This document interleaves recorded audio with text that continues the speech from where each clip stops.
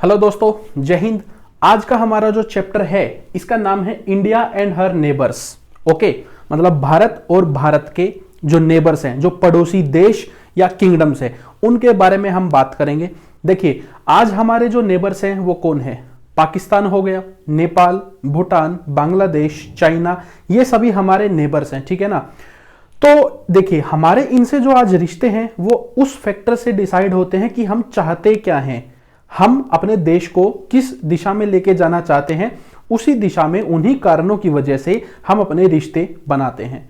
लेकिन आज से करीब करीब 150 साल पहले, 100 साल पहले हमारे रिलेशन इन फ्रंटियर्स के साथ कैसे थे वो हमें देखना है। नेचुरल फ्रंटियर का मतलब क्या होता है यहां पे आपको पता है, जैसा कि यहां पे बताया गया, the story of British policies and Wars with the natural frontiers of India.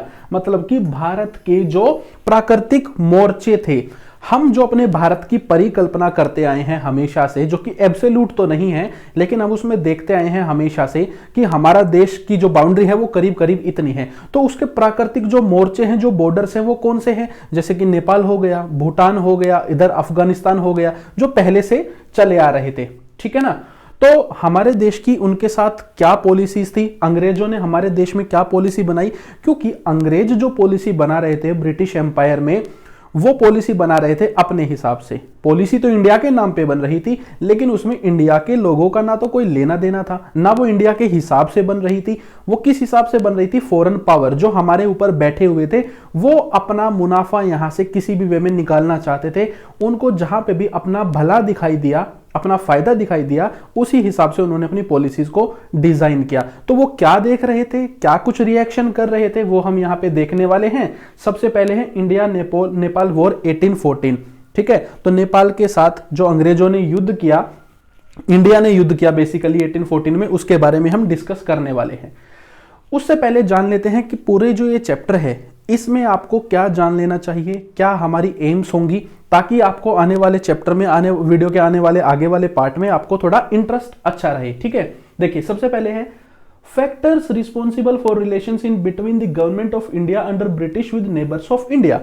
वो कौन से रीजंस थे, वो कौन से यहाँ पे कारण थे जिन्होंने हमारे जो नेबर्स हैं, नेचुरल फ्रंट्स हैं, उन कंट्रीज के साथ अंग्रेजों के समय में गवर्नमेंट ऑफ इंडिया जो थी, जो ब्रिटिश चला रहे थे, उसके रिश्ते को तय किया, ठीक है। इंडो नेपाल वॉर 1814, 1814 की इंडो नेपाल वॉर और उसके आगे का सीन क्या रहा भारत और नेपाल के बीच में, ठीक है, ब्रिटिशों के अंतर्गत। फिर है British objectives towards Burma and Wars between them. जो अंग्रेज थे उनका बर्मा को लेके क्या व्यू था? बर्मा मतलब कि म्यांमार, आपको अभी मैप पे मैं दिखाऊंगा अच्छे से। और फिर उनके बीच में युद्ध कैसे हुए, कितने हुए, उनके परिणाम क्या निकले, वो हम देखेंगे। उसके बाद है British policies towards Afghanistan and their failures. अंग्रेजों की अफगानिस्तान को लेके क्या पॉलिसी थी? पाकिस्तान का तो कोई वजूद उस समय पे था नहीं, तो अफगानिस्तान हमारा फ्रंट था उस समय पे, नेचुरल फ्रंट हमारा बॉर्डर था, है ना। तो उसके साथ अंग्रेजों की क्या पॉलिसी रही, उन पॉलिसीज के पीछे क्या कारण रहे, कौन से युद्ध हुए, कैसे हुए, वो हम देखने वाले हैं। फिर है relations of India with Sikkim in 19th century. Sikkim क्या था उस समय पे? एक इंडिपेंडेंट स्टेट था, इंडिपेंडेंट किंगडम कह लीजिए, है ना, राजा हुआ करते थे यहाँ पे। तो उसके साथ अंग्रेजों के क्या रिश्ते हुए, क्या फैक्टर्स थे, वो हम देखने वाले हैं। फिर है एंग्लो रशियन राइवलरी इन तिब्बत। मतलब कि जो तिब्बत का एरिया है उसमें अंग्रेजों और रशियंस के बीच में, अब रशियंस कहां से आ गए वो आपको समझना है, और क्यों आ गए वो हम यहाँ पे देखेंगे, ठीक है ना। तिब्बत में इनके बीच में क्या हुआ। फिर है इंडो भूटान सेटलमेंट ऑफ 1865। ये आपको देखना है कि भूटान के साथ हमारे क्या रिश्ते थे। आज के टाइम पे बड़े मीठे रिश्ते हैं, आपको पता है, ठीक है।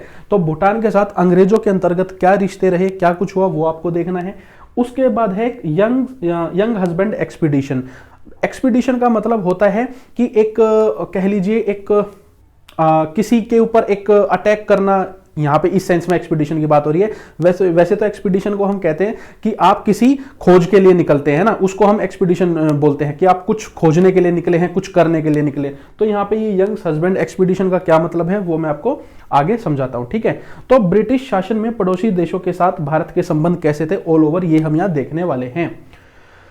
अब काफी सारी इंपॉर्टेंट चीजें मैं आपको बताऊंगा, वो समझिए। Why British clashed with the natural frontiers of India, ये तो बाद की बात है। सबसे पहले समझिए, ये वो दौर था 19th सेंचुरी और 20th सेंचुरी की शुरुआत के टाइम का कुछ लगा लीजिए, शुरू का टाइम स्पेशली, लेकिन 19th सेंचुरी ये वो समय था जब यहाँ पे कुछ ऐसी आपकी यूरोपियन पावर्स थी जो काफ़ी ज़्यादा कैपिटलिस्ट थी, उनके पास बहुत सारा पैसा था, वो काफ़ी पावरफुल थे और वो अलग अलग जगह पे अपना कंट्रोल स्थापित करना चाहते थे।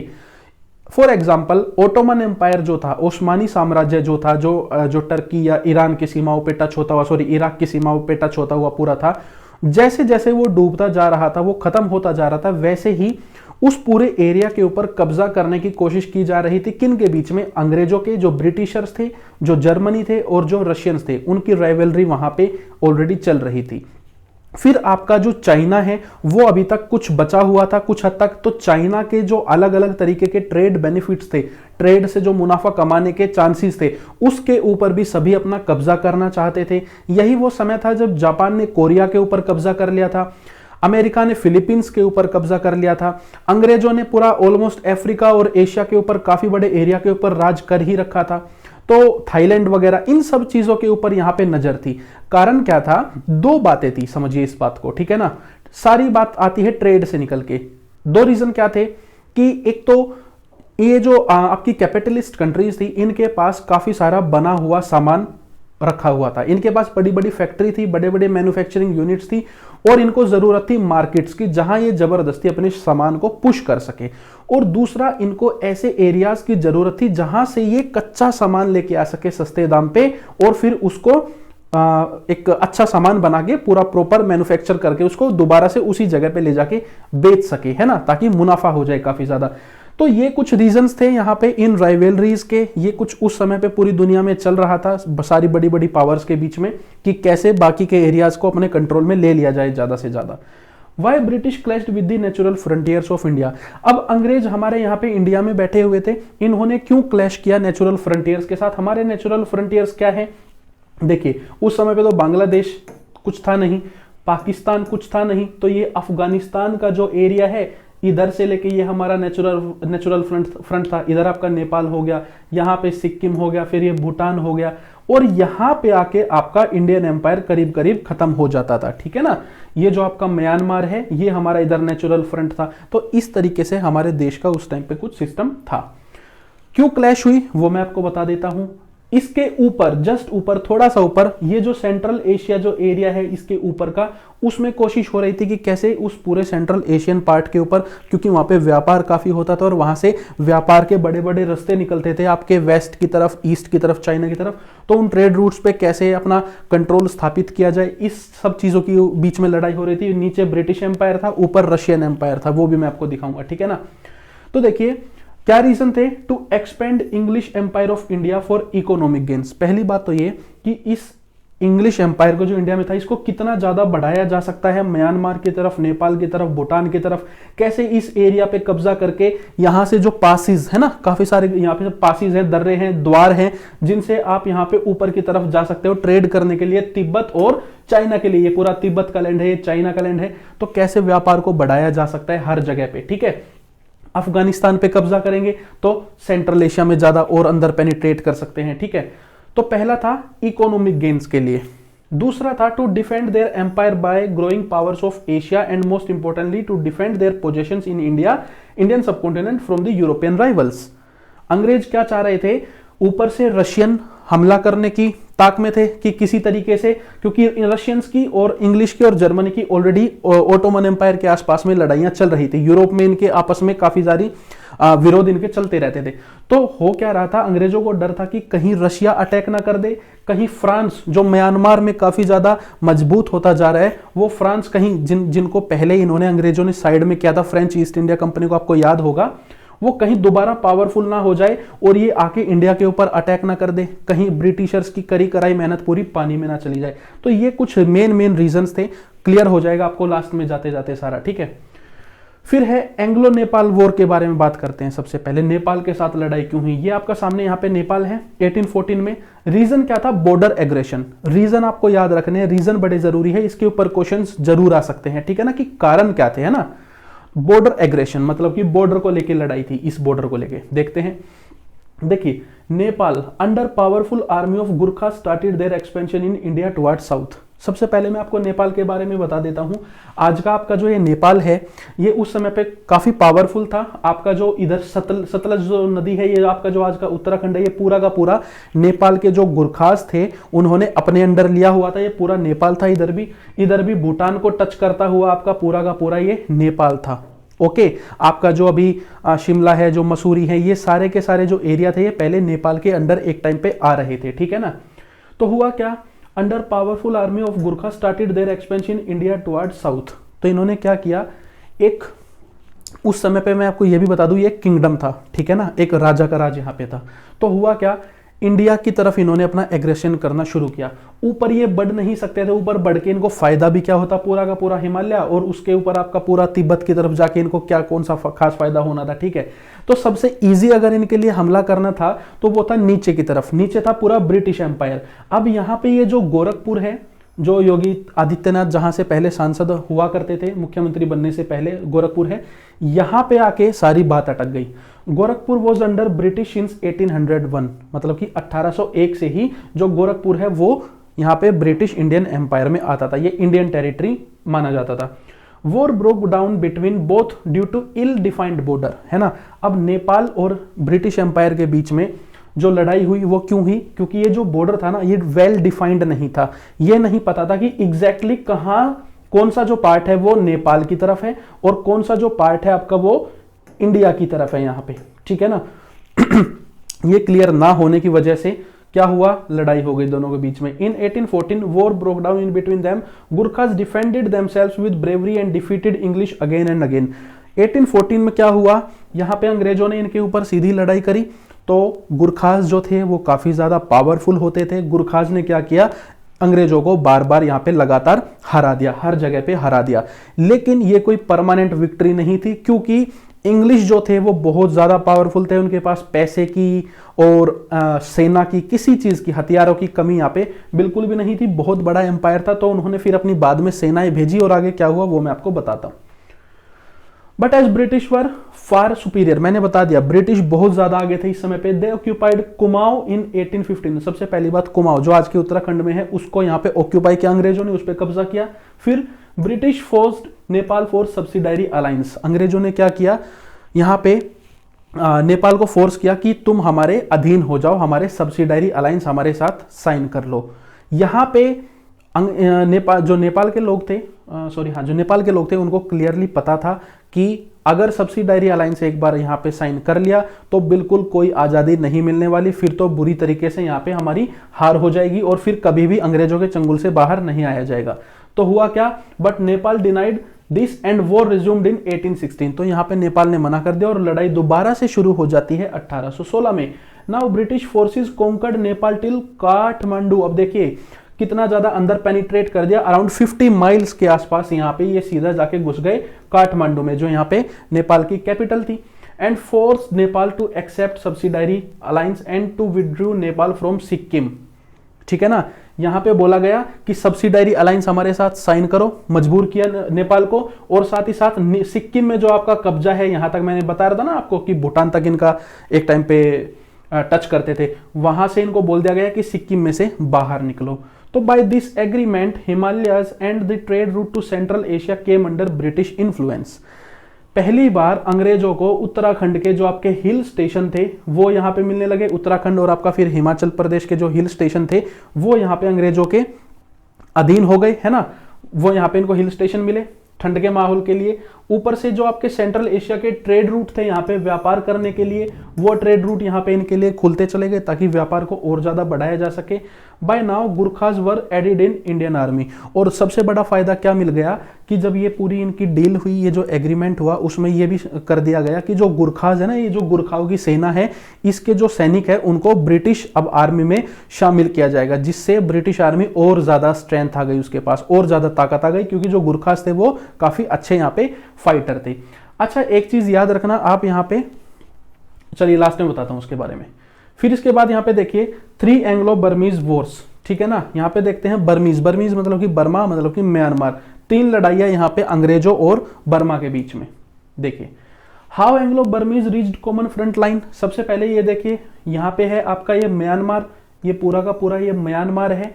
आज का ये बांग्लादेश है जो उस समय पे था नहीं, तो ये पूरा का पूरा क्या था, आपका बंगाल था, और ये आपका यहाँ पे पूरा का पूरा ब्रिटिश इंडियन एम्पायर था। कुछ यहाँ पे ये अलग अलग बीच में छोटे मोटे स्टेट्स उस समय पे अलग से हुआ करते थे, ठीक है ना, जो बफर स्टेट का काम करते थे। जैसे कि जो असम है वो एक बफर स्टेट था, है ना। बफर स्टेट क्या होता है कि दो बड़े एम्पायर या दो बड़े किंगडम्स के बीच में, देशों के बीच में एक ऐसा स्टेट जो बीच में फंसा हुआ है और इसकी वजह से इनकी आपस में क्लैश नहीं होती इन बड़े बड़े वालों की, ठीक है ना, क्योंकि बीच में कुछ और है। सो रीजन क्या था, kings of Burma were powerful and they were expanding their kingdom towards India in west. जो राजा थे यहाँ के बर्मा के, ये काफी ज्यादा पावरफुल थे। म्यांमार पावरफुल कंट्री थी उस समय पे, ठीक है ना, किंगडम कह लीजिए, है ना, या एम्पायर कह लीजिए, तो काफी पावरफुल थे। तो उन्होंने क्या किया, अपना एक्सपेंशन शुरू कर दिया इंडिया की तरफ, मतलब कि इधर की तरफ, ठीक है, इधर की तरफ उन्होंने अपना एक्सपेंशन शुरू किया। दे कॉन्क्वेस्टेड अराकन। सबसे पहले उन्होंने किसका कॉन्क्वेस्ट किया, अराकन का। ये यहाँ पे आप देख पा रहे हैं, अराकन के ऊपर कब्जा किया। फिर मणिपुर एंड आसाम, आपका ये यहाँ पे रहा आसाम और ये रहा मणिपुर। अब देखिए जो बीच में था इन दोनों के बीच में वो गया, है ना। अब यहाँ पे क्योंकि इनका कब्जा हो गया यहाँ पे, तो ये डायरेक्ट किसके साथ आके मिल गए, किसके साथ इनकी क्लैश हो गई, ब्रिटिश एम्पायर के साथ, ठीक है ना। बीच में बफर स्टेट चला गया। फिर उसके बाद देखिए Assam was the buffer state, मैंने बता दिया, between India and Burma, but now it became common front after its conquest by Burma, ठीक है ना। Then tensions between Burma and English, क्या थी टेंशंस, यहाँ पे शुरुआत हो गई दोनों के बीच में, बर्मा और अंग्रेजों के बीच में।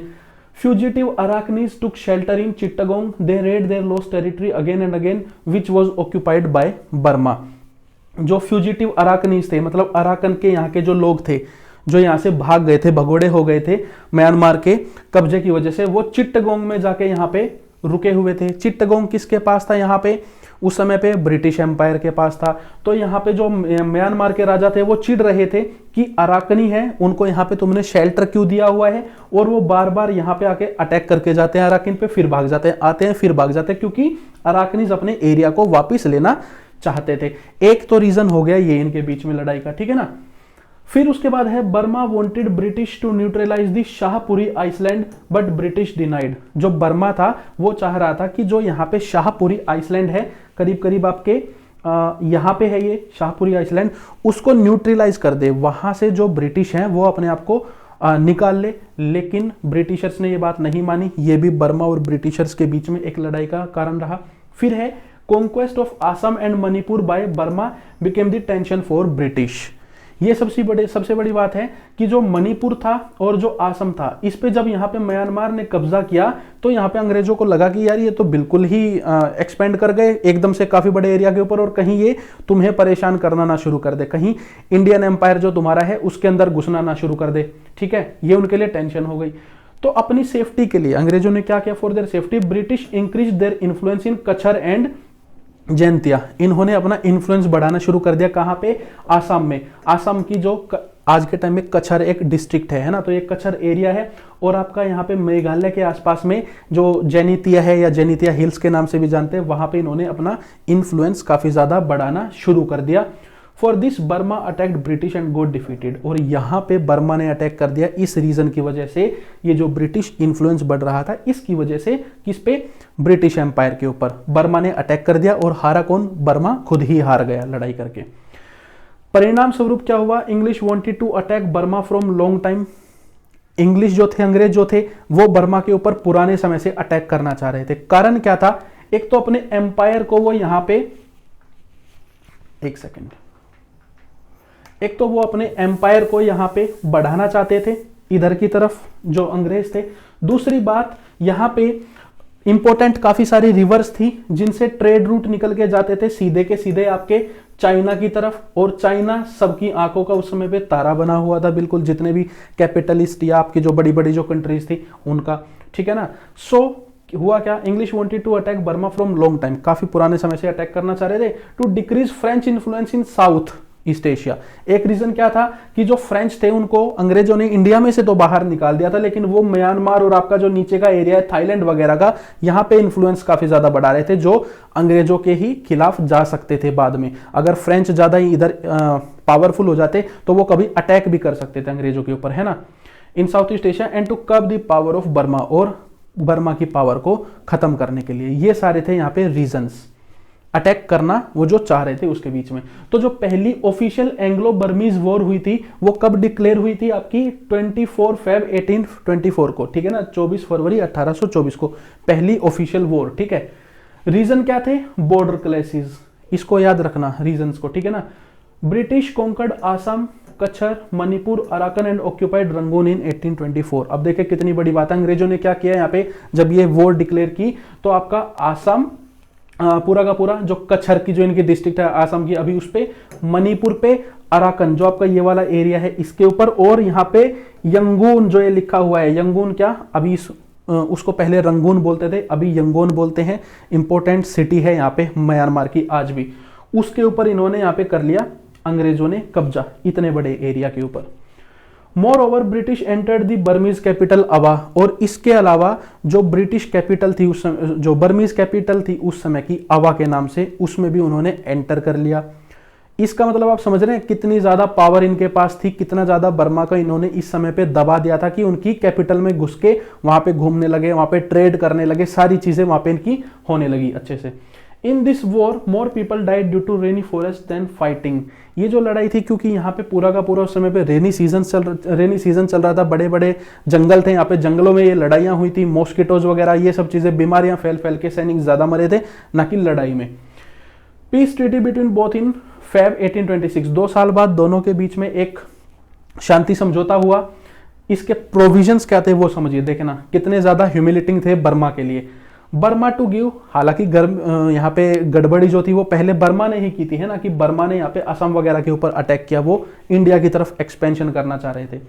बर्मा को सबसे पहले तो अपने ही ऊपर कब्जा होने के लिए 1 करोड़ का कंपनसेशन देना पड़ा। मतलब कि अंग्रेजों ने बोला कि हमारा जो पैसा खर्च तुमने करवाया है लड़ाई के ऊपर उसका हमें कंपनसेट करो, उसके लिए तो 1 करोड़ रुपए यहाँ पे देने पड़े।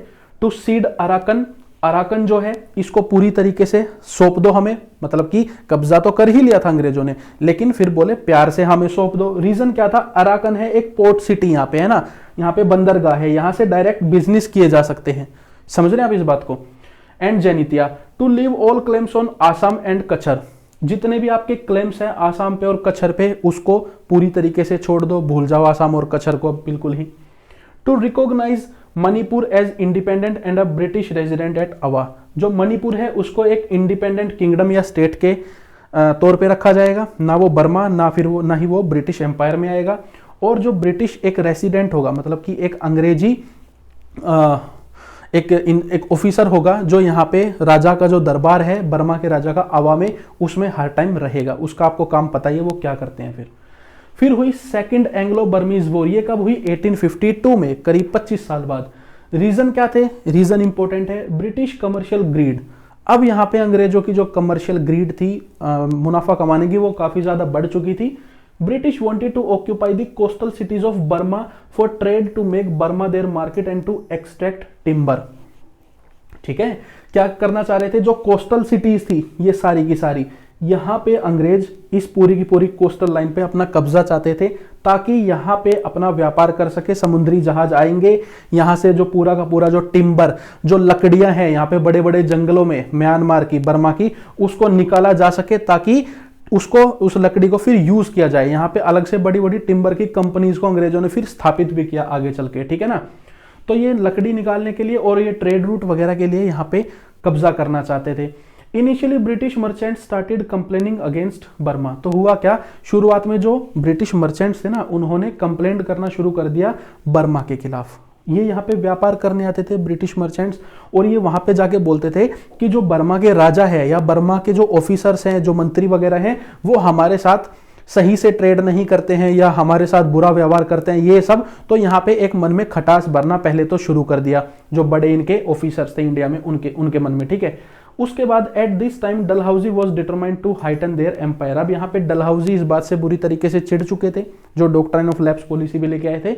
उन्होंने क्या किया, डिटरमाइंड हो चुके थे कि पूरा अब इस एम्पायर को हाइटन करना है, आगे बढ़ाना है और इस पूरी कोस्टल लाइन पे कब्जा करना है और इधर इस म्यांमार के एरिया को ज्यादा से ज्यादा अपने कब्जे में ले लेना है, ठीक है ना।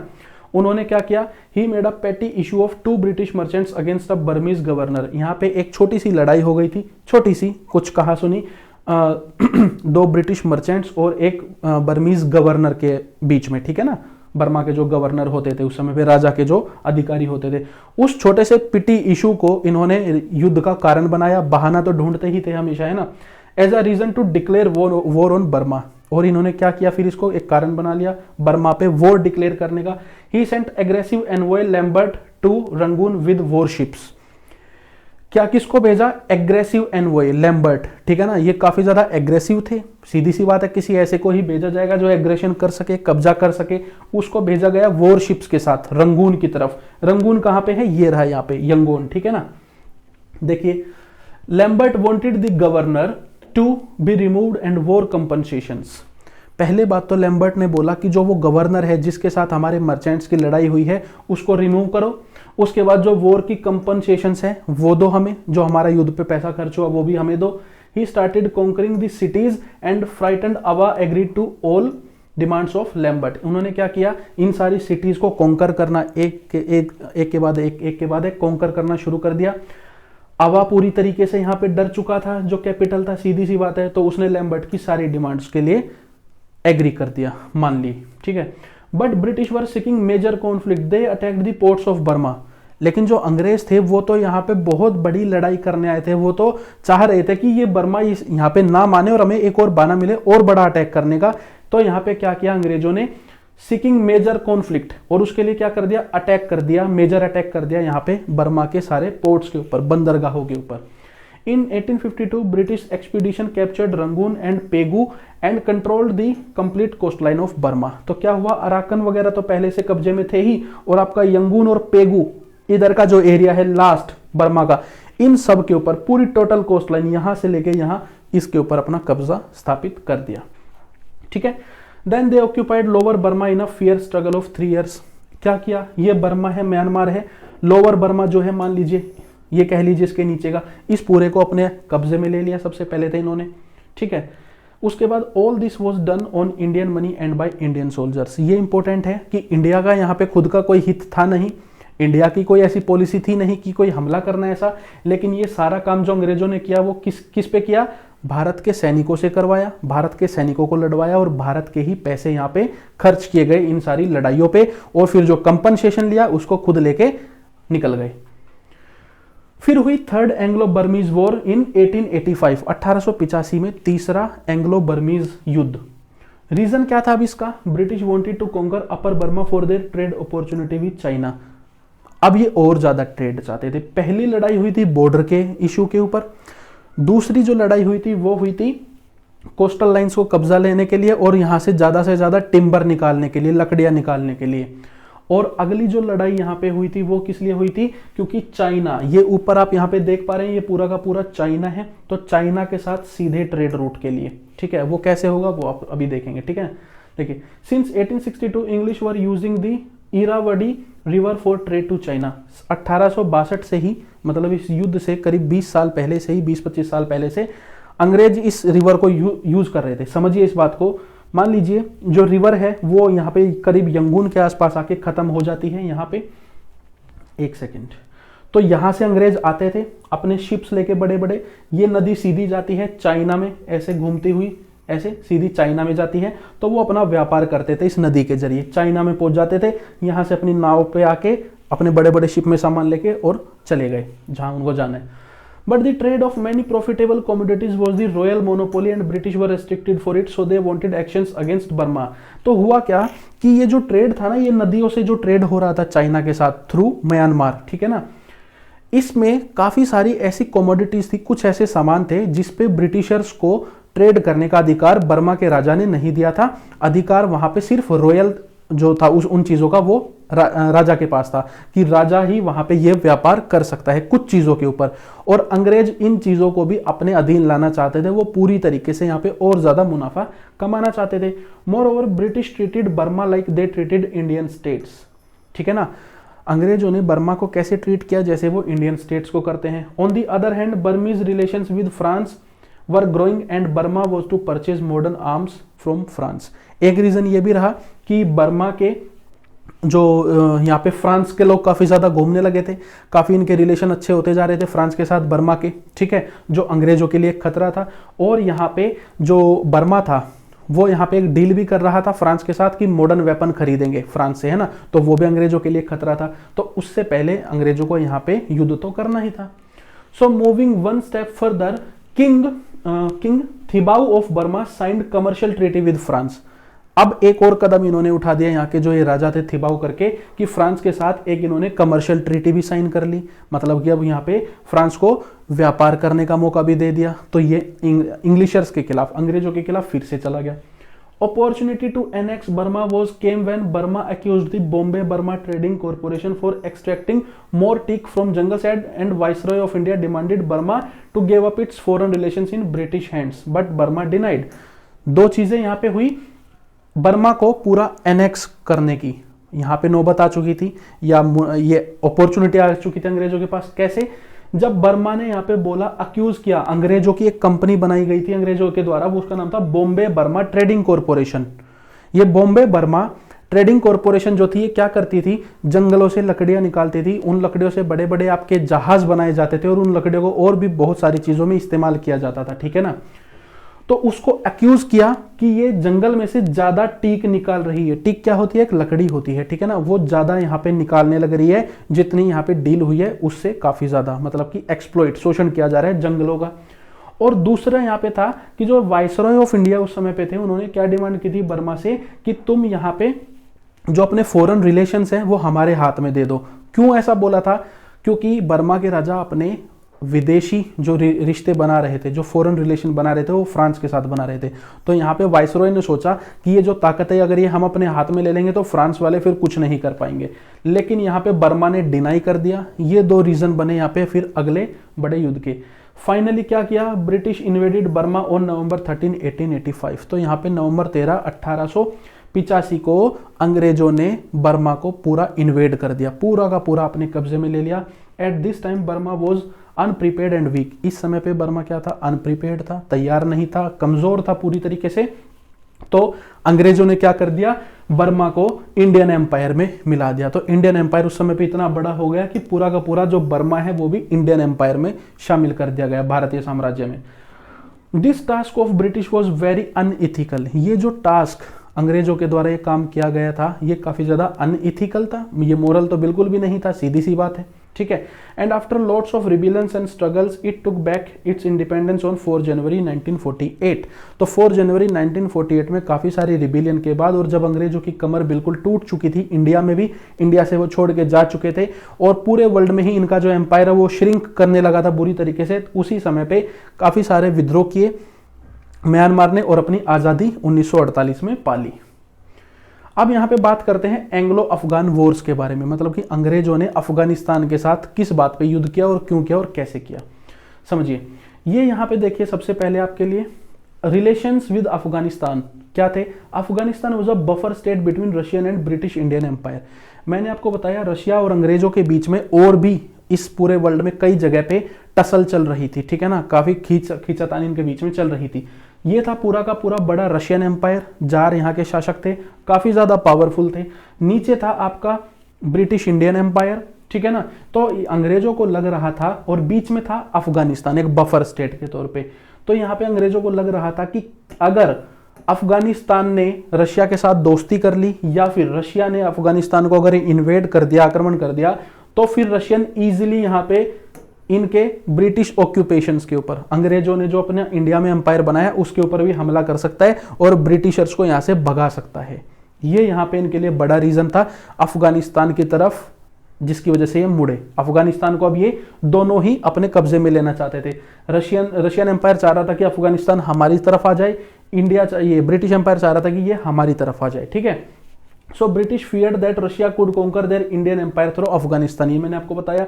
It all started in 1835। ये सब शुरुआत कब हुई? 1835 में। दोस्त मोहम्मद वहां के रूलर थे। The ruler of Afghanistan was under threat from all sides. ये ऐसे शासक थे दोस्त मोहम्मद जो हर तरीके से, हर तरफ से यहाँ पे मुसीबत में आ चुके थे। इधर से रशिया, उधर से ईरान और इधर से ब्रिटिश इंडियन एम्पायर, ये सब इसको यहाँ पे श्रिंक किए जा रहे थे, दबाव बनाए जा रहे थे, और ठीक है ना। तो यहाँ पे क्या हुआ, जो दोस्त मोहम्मद थे वो क्या चाह रहे थे, he wanted a powerful friend like English to gain strength but with equality and independence.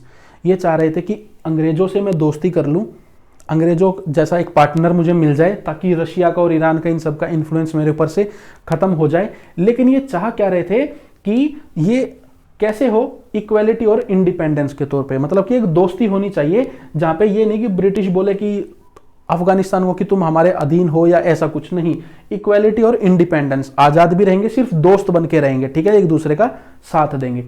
लेकिन English wanted Afghanistan as their subsidiary and weak state to counter Russia and central Asia.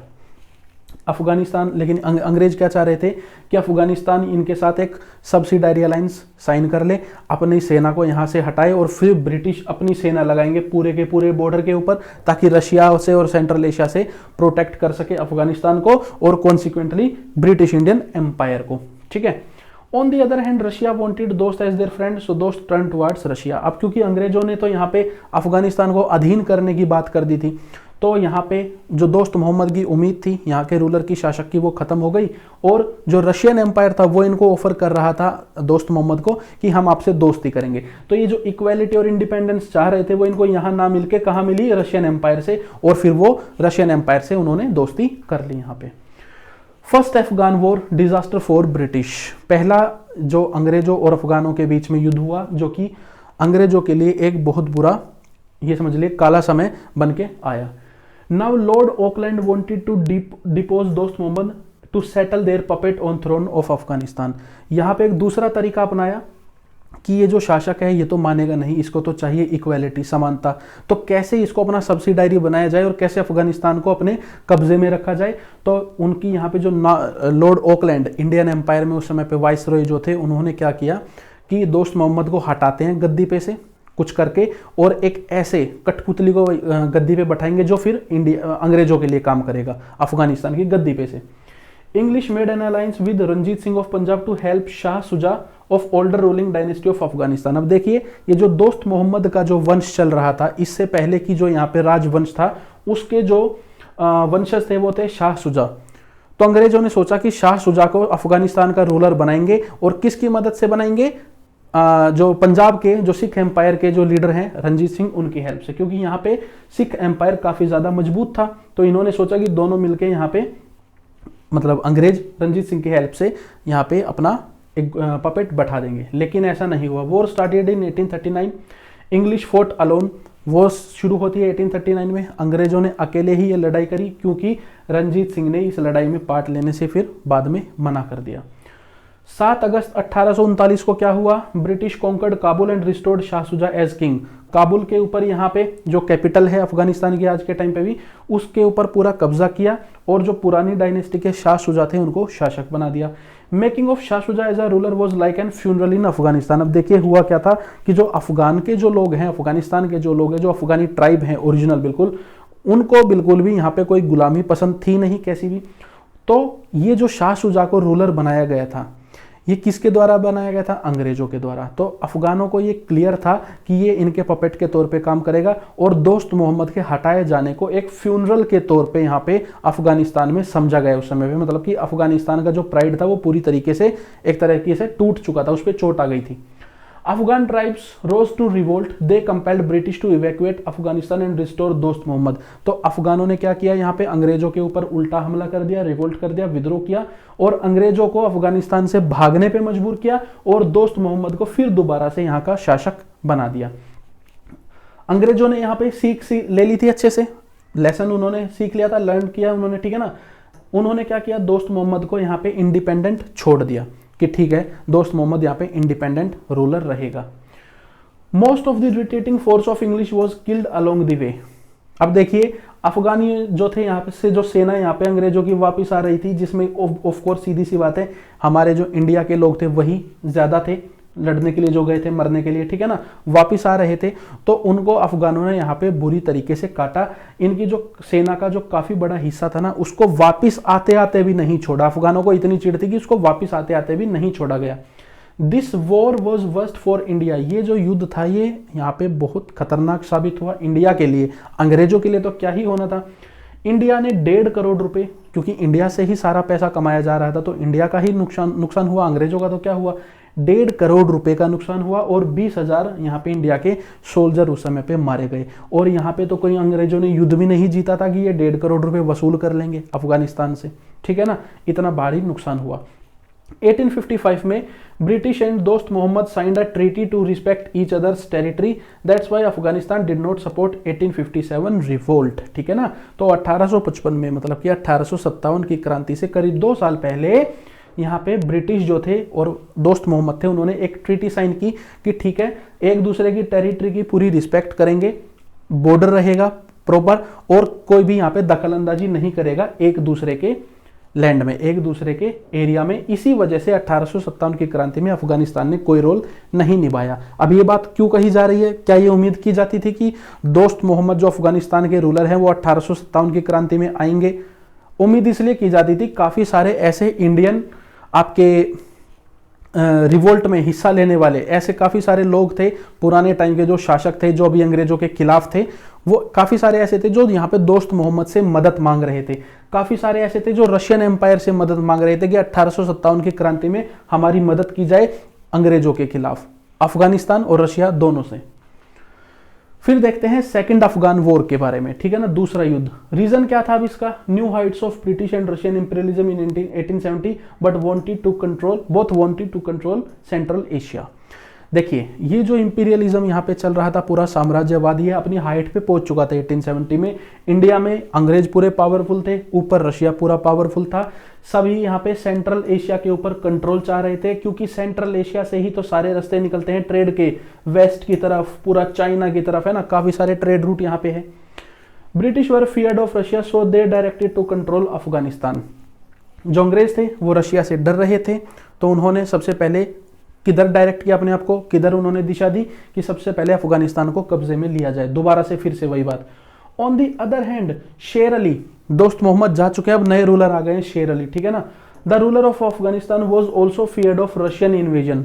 ये जो शेर अली थे ये भी डर रहे थे कि कहीं रशिया इन्वेड ना कर दे ऊपर से, इंडिया में आने के चक्कर में कहीं अफगानिस्तान बीच में ना पिस जाए। So he wanted British to be his friend and ally. तो ये क्या बोल रहे थे यहाँ पे कि जो अंग्रेज हैं इनको अपना दोस्त और अपना पार्टनर के तौर पे जल्दी से जल्दी बना लिया जाए। फिर लेकिन अगेन वही, British wanted Afghanistan to be subsidiary state, again Afghan ruler denied.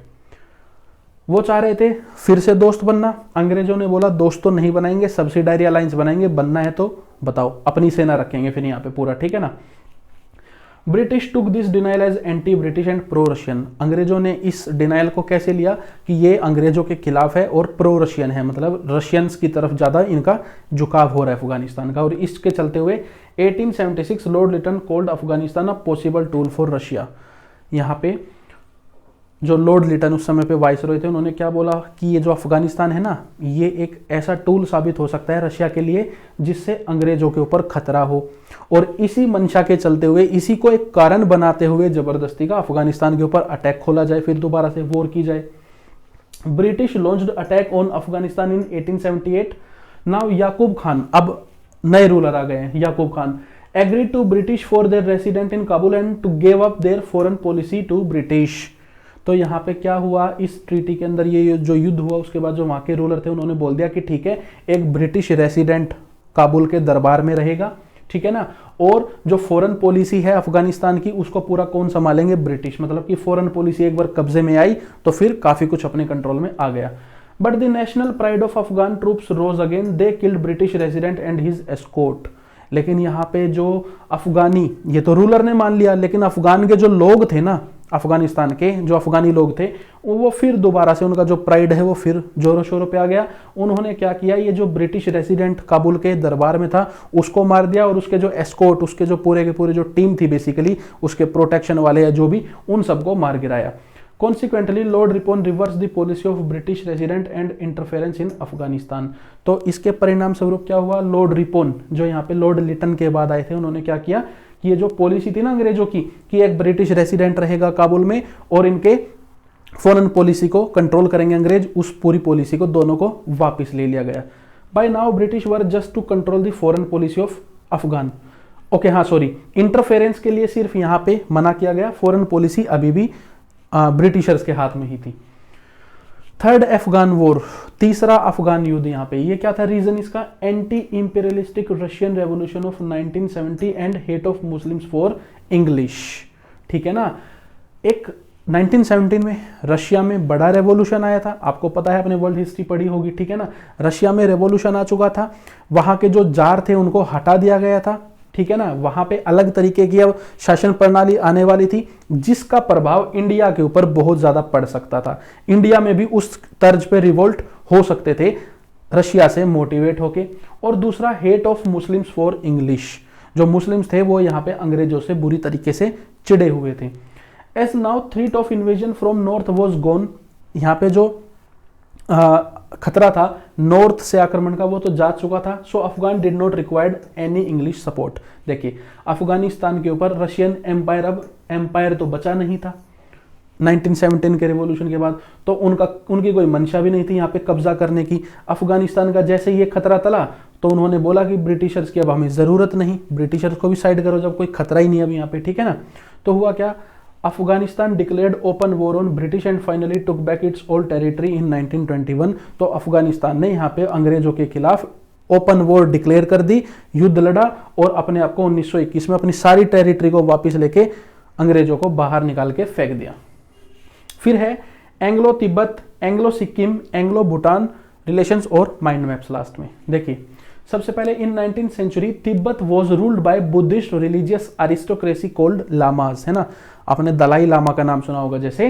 तो 19th सेंचुरी में जो तिब्बत था वो किसके द्वारा रूल किया जा रहा था, कौन यहाँ के शासक थे, लामाज। ये लामा क्या होते हैं और ये अरिस्टोक्रेसी क्या होती है कि बुद्धिज्म में जो मान लीजिए ऊपर के तबके के लोग हैं जिनको काफी ज्यादा शिष्ट माना जाता है, शिष्ट जन जिनको बोलते हैं, काफी अपर क्लास के जो लोग होते हैं, अपर क्लास वैसी वाली क्लास नहीं जिनको ज्यादा ज्ञानी माना जाता है, जिनको ज्यादा इज्जत दी जाती है, वो यहाँ पे रूल करते थे, उनको बोलते थे lamas. They recognised nominal suzerainty of Chinese empire, नाम मात्र की यहाँ पे जो चाइनीज एम्पायर था उनका आधिपत्य मानते थे अपने ऊपर। आधिपत्य क्या होता है कि लामाज मानते थे तिब्बत वाले कि हाँ जो चाइनीज एम्पायर है वो हमारे ऊपर है, हम उनके अधीन है। ठीक है ना, लेकिन नामचारे का सिर्फ। Chinese empire was at decline in 19th century, so Europeans and USA wanted commercial and political interference in it. ये मैंने आपको बताया, चाइना में लगातार इस समय पे काफी सारे युद्ध चल रहे थे इंटरनल। ठीक है ना, तो उसमें क्या हुआ, जो यूरोपियंस थे और स्पेशली जो आपका नॉर्थ अमेरिका, जो पूरा अमेरिका था, वो यहाँ पे कमर्शियल और पॉलिटिकल इंटरफेरेंस करना चाहते थे। सभी के लिए जो चाइना था वो एक यहाँ पे सोने की खान उस समय पे सबको दिख रहा था। So people of China overthrew the Manchu dynasty in 1911 but still Tibet recognised its suzerainty. ठीक है ना, जो चाइना के लोग थे उन्होंने यहाँ पे सिविल वॉर करके, लड़ाई करके जो वहां की मंचाओ डायनेस्टी थी उसको 1911 में उखाड़ फेंका था, लेकिन अभी भी तिब्बत बोल रहा था कि हम चाइनीज एम्पायर के अंतर्गत हैं। British started penetrating in Tibet for political control, for border protection and to exploit the rich mineral resources of Tibet. ठीक है ना, अंग्रेजों ने यहाँ पे पेनिट्रेशन क्यों शुरुआत की तिब्बत में, किस रीजन से की, ताकि बॉर्डर इनके प्रोटेक्ट हो सके। ठीक है ना, उसके अलावा और क्या था कि रिच मिनरल रिसोर्सेज जो तिब्बत में मिलते हैं वो यहाँ पे उसके ऊपर अपना कब्जा कर सके। देन यंग हस्बैंड एक्सपीडिशन क्या है ये देखिए, Lord Curzon sent Colonel Younghusband to Lhasa in 1904। Tibet के लहासा में यहाँ पे यंग हस्बैंड अभियान एक चलाया गया, एक कर्नल थे उनका नाम था यंग हस्बैंड, उनका एक एक्सपीडिशन था वो गया 1904 में।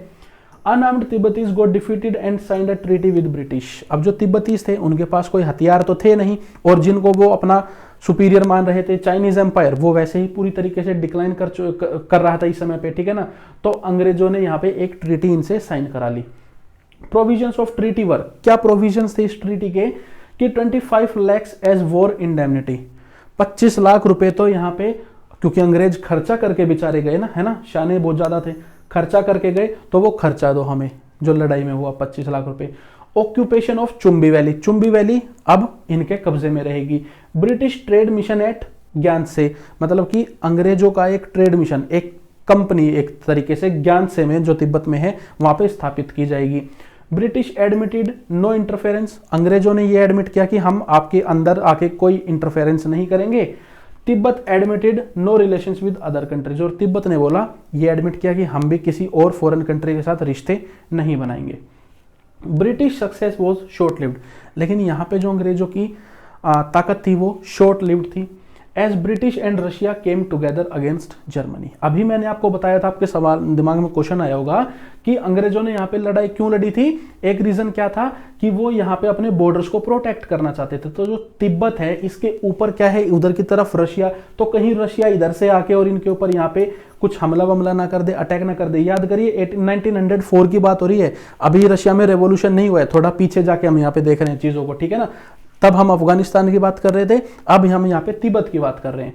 तो कहीं कोई यहाँ पे दिक्कत ना कर दे रशिया, उसकी वजह से तिब्बत को अपने कंट्रोल में ले लिया जाए और इन सारे एरिया को अपने कब्जे में रखा जाए ताकि कोई दिक्कत ना आए।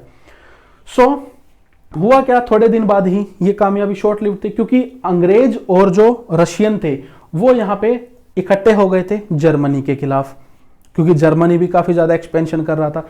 इन दोनों की दोस्ती हुई तो जो अंग्रेजों को रशिया से यहाँ पे खतरा था वो पूरा का पूरा खतरा खत्म हो गया। उसके चलते क्या हुआ, दे रीअफर्म्ड चाइनीज सोजर्निटी ऑन तिब्बत। उन्होंने बोला कि ठीक है, तिब्बत के ऊपर जो कब्जा है इसको खत्म करो और यहाँ पे जो चाइनीज आधिपत्य है वो कायम रहेगा। ये बोला गया कि ठीक है, जो तिब्बत है वो चाइना के आधिपत्य है, ठीक है। इसके बाद है Raja of Sikkim ceded the Sikkim to British for money in 1835। Sikkim के बारे में बात कर रहे हैं तो सिक्किम के जो राजा थे उन्होंने अंग्रेजों को अपना सिक्किम सौंप दिया, कुछ पैसे ले लिए, मतलब कि पैसे में बेच दिया, ठीक है ना। फिर भी वो वहां पे रूलर बने रहे।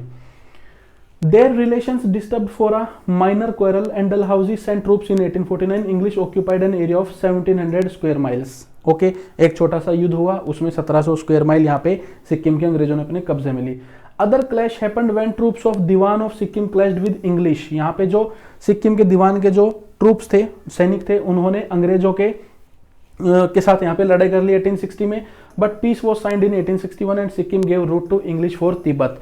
और यहाँ पे हुआ क्या, अब फिर देखिए कहीं कंफ्यूज ना हो जाओ, अब ये जो पहले बात हुई थी वो हो रही थी अफगानिस्तान के रिलेशन में 1917 के आसपास की, ठीक है ना। यहाँ पे बात हो रही है 1904 के आसपास की। और यहाँ पे जब सिक्किम की हम बात कर रहे हैं तो 1886 की या 1870 की या 1835 की, इन सालों की बात हो रही है। और यहाँ पे तब तक जो अंग्रेज थे वो क्या चाह रहे थे इस सिक्किम से कि हमें यहाँ से रास्ता मिल जाए तिब्बत जाने के लिए। बाद में तो सारी सिचुएशन ही बदल गई थी पूरी की पूरी, तो फिर यहाँ पे सिक्किम ने रास्ता दे दिया तिब्बत तक जाने के लिए। In 1886, Tibet wanted to occupy Sikkim, but this was a danger for English tea plantations at Darjeeling. 1886 में क्या हुआ, जो तिब्बत था वो यहाँ पे सिक्किम को ऑक्यूपाई करने की कोशिश कर रहा था कि सिक्किम के ऊपर कब्जा हो जाए। लेकिन ये अगर सिक्किम पे यहाँ पे कब्जा हो जाता तिब्बत का, तो ये जो सिक्किम एक बफर स्टेट था तिब्बत, चाइना और यहाँ पे इंडिया के बीच में, वो खत्म हो जाता। और फिर यहाँ पे इनके जो दार्जिलिंग में जो टी प्लांटेशंस थी, इनके बड़े बड़े मैन्युफैक्चरिंग यूनिट्स यहाँ पे चल रही थी, वो खतरे में आ जाती। तो ब्रिटिश फोर्ट विद तिब्बत, अंग्रेजों ने यहाँ पे लड़ाई कर दी तिब्बत के साथ। Finally a treaty was signed between English and China. अब आप सोचेंगे लड़ाई की तिब्बत के साथ और ट्रीटी साइन हुई यहाँ पे अंग्रेजों और चाइना के बीच में, क्योंकि चाइना के आधिपत्य में था Tibet. And all rights on Sikkim reserve for English, और सारे के सारे जो अधिकार थे ना सिक्किम के, वो रिजर्व कर दिए गए इंग्लिश के। मतलब कि इस ट्रीटी में बोला गया कि चाइना की तरफ से कि हाँ अंग्रेजों का अधिकार है सिक्किम पे और कोई यहाँ पे तिब्बत से लड़ाई नहीं की जाएगी तिब्बत के द्वारा। फिर है English maintained friendly relations with Bhutan since Warren Hastings in 1774। अब बात करते हैं भूटान के बारे में, ठीक है ना। सिक्किम के बारे में बात हो गई, नेपाल के बारे में, सबके बारे में। तो जो वॉरेन हेस्टिंग थे 1774, तब तक यहाँ पे रिलेशन काफी ज्यादा अच्छे थे। Bhutan allowed trade route from Bengal to Tibet. Bhutan ने यहाँ पे एक ट्रेड रूट भी दे दिया था बंगाल से तिब्बत जाने के लिए कि आप यहाँ से हमारे पासिस, हमारे द्वारों से निकल के तिब्बत में जाके ट्रेड रूट अपना ट्रेड कर सकते हो। 1815 में greedy British eyes fell on Duars and passes of Bhutan and its tea lands. 1815 के आते आते क्या हुआ, अंग्रेजों की जो नजरें थी वो आ चुकी थी। ये जो भूटान के जो द्वार थे ना, द्वार बोलते हैं रास्ते आने जाने वाले, जो पासिस थे तिब्बत की तरफ, चाइना की तरफ जो जा रहे थे उनके ऊपर कि ये हमारे पूरे कंट्रोल में किसी तरीके से आ जाए और भूटान के जो चाय के बागान है बड़े बड़े जहाँ पे चाय उपजती है वो इनके हाथ में आ जाए। तो 1841 में जो वाइसरॉय थे ऑकलैंड, उन्होंने क्या किया, आसाम को एनेक्स कर लिया। आसाम कहाँ है, ये रहा आपका पूरा का पूरा आसाम, इस पे कब्जा कर लिया है ना, आसाम द्वार पे कब्जा कर लिया। भूटान से यहाँ पे आसाम की तरफ आसाम द्वार है, उसके बाद कौन से द्वार पे किया, बंगाल द्वार पे 1863 में। तो यहाँ से आपका भूटान की तरफ ये क्या है, बंगाल द्वार, इसके ऊपर भी कब्जा कर लिया छोटी सी लड़ाई में। By then English were to maintain the foreign policy and defence of Bhutan but no interference in internal affairs. तो ये साइन हुआ कि जो भूटान है इनकी जो फॉरेन पॉलिसी है पूरी की पूरी उसको अंग्रेज मेंटेन करेंगे, इनकी जो युद्ध है, लड़ाइयाँ वगैरह होती हैं, इनकी रक्षा है, उसको भी अंग्रेज मेंटेन करेंगे। लेकिन जो इंटरनल अफेयर्स है ना, वहाँ पे अंग्रेजों का कोई लेना देना नहीं रहेगा। तो ये आपके सामने पूरा का पूरा आप समझ गए हैं भूटान के साथ कैसे रिश्ते थे, क्या क्या हुआ, नेपाल के साथ क्या हुआ, सिक्किम के साथ क्या हुआ, अफगानिस्तान के साथ क्या हुआ और तिब्बत के साथ क्या हुआ। माइंड मैप है, इजीली रिवाइज कर लोगे, मैं ही करा देता हूँ, 2 मिनट लगेगी। वॉर विद तिब्बत क्यों हुई थी, British fort Tibet for trade benefit, है ना, मुनाफे के लिए इन्होंने लड़ाई लड़ी तिब्बत के साथ, फिर मिनरल रिसोर्सेज के लिए और अपने नॉर्दर्न फ्रंट को रशिया से बचाने के लिए। परिणाम क्या हुए, in last British did not achieved much, अंग्रेजों को लास्ट में बहुत कुछ नहीं मिला। कारण क्या था, रशिया और अंग्रेजों की दोस्ती हो गई जर्मनी के खिलाफ, तो यहाँ पे तिब्बत के ऊपर जो इन्होंने कब्जा किया था वो छोड़ दिया, ठीक है ना। Here a treaty between English and Russia restored Tibet to China. फिर बात करते हैं वॉर विद नेपाल। नेपाल के साथ युद्ध क्यों हुआ, बॉर्डर क्लैशेस। कॉन्सिक्वेंस क्या हुआ, नेपाल ने अपनी काफी सारी टेरिटरी अंग्रेजों के हाथों में खो दी एंड बिकेम इंग्लिश सब्सिडारी, और अंग्रेजों के अधीन बन गए, उनके अलाई बन गए और डायरेक्ट कंट्रोल हो गया अंग्रेजों का हिमालयाज में पहली बार, ठीक है ना। 3 वॉर्स विद अफगानिस्तान, अफगानिस्तान के साथ युद्ध क्यों हुए थे, रीजंस क्या थे, British fear of Russian invasion on India through Afghanistan, अंग्रेजों का ये डर कि कहीं रशिया हमारे ऊपर कब्जा ना कर दे अफगानिस्तान के रास्ते। परिणाम क्या निकला, British did not achieved much here, अंग्रेजों को ज्यादा कुछ हाथ में नहीं लगा, उनको अफगानिस्तान से बाहर निकाल के फेंक दिया गया। काफी सारा यहाँ पे इंडिया का नुकसान हुआ, काफी सैनिक मरे, काफी पैसे का लॉस हुआ और फाइनली अफगानिस्तान ने 1921 में अपनी आजादी को दोबारा से वापस ले लिया लड़ाई करके। फिर है basic reasons of relations between English and the natural frontiers of India. जो अंग्रेजों का इंडिया में एम्पायर था और जो इंडिया के यहाँ पे नेचुरल फ्रंटियर्स थे, उनमें रिलेशंस के पीछे कारण क्या होते थे। पहली बात तो English wanted to save their Indian dominion from growing Asian powers and other powerful European powers, ठीक है ना, अपनी डोमिनियंस को बचाना चाहते थे। दूसरा, biggest fear of English was the Russian empire. Border clashes with neighbours, British commercial greed, trade, market and resources, है ना। सिक्किम एंड भूटान के साथ क्या हुआ, ये आपको याद है। बर्मा के साथ 3 युद्ध हुए। पहले युद्ध का कारण था बॉर्डर क्लैश, आपको पता है आसाम के ऊपर, मणिपुर के ऊपर कब्जा किया था बर्मा के राजा ने। सेकंड वॉर में रीजन थे कमर्शियल लालच, पैसा कमाने का, और तीसरे में था to occupy upper Burma for trade route to China and growing friendship of Burma with France. तो एक माइंड मैप से आपका सब कुछ यहाँ पे अच्छे से रिवाइज हो सकता है। आई होप आपको ये चैप्टर पसंद आया होगा, ये वीडियो पसंद आई होगी। अगर आपके कोई भी क्वेश्चन है तो आप कमेंट में जाके पूछ सकते हैं। Thank you so much and good bye.